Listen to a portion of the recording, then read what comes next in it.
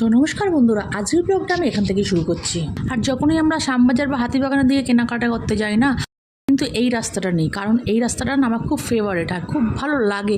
এত সুন্দর গাছপালা না, তাই জন্য তোমাদেরও দেখি। আমরা একটু দুপুর যাই বলে না, রাস্তাঘাটগুলো ফাঁকাই থাকে, খুব একটা ভিড় থাকে না।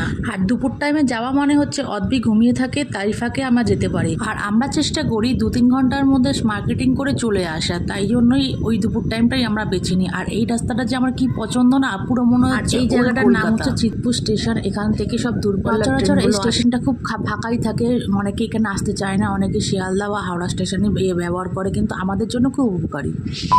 চলো সি মার্কেটে চলে যাই, পদ্মার জন্য পদ্মা দেখে নিচ্ছি।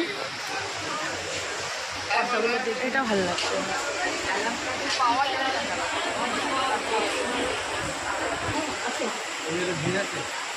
হচ্ছে